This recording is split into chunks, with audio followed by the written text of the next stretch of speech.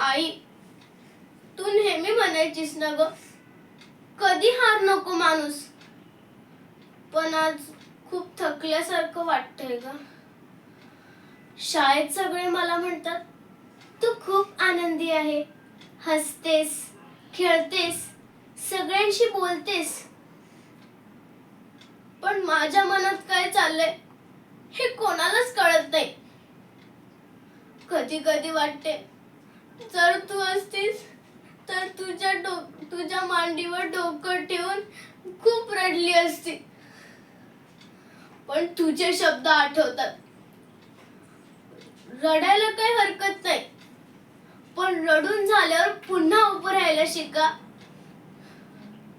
आज मी हेच करते. मी पडेल, पुन्हा उभं राहील आणि एक दिवशी असं काहीतरी करून दाखवेल तुला. तू जिथे कुठे असशील तिथे माझ्याकडे पाहून अभिमानाने हसशील.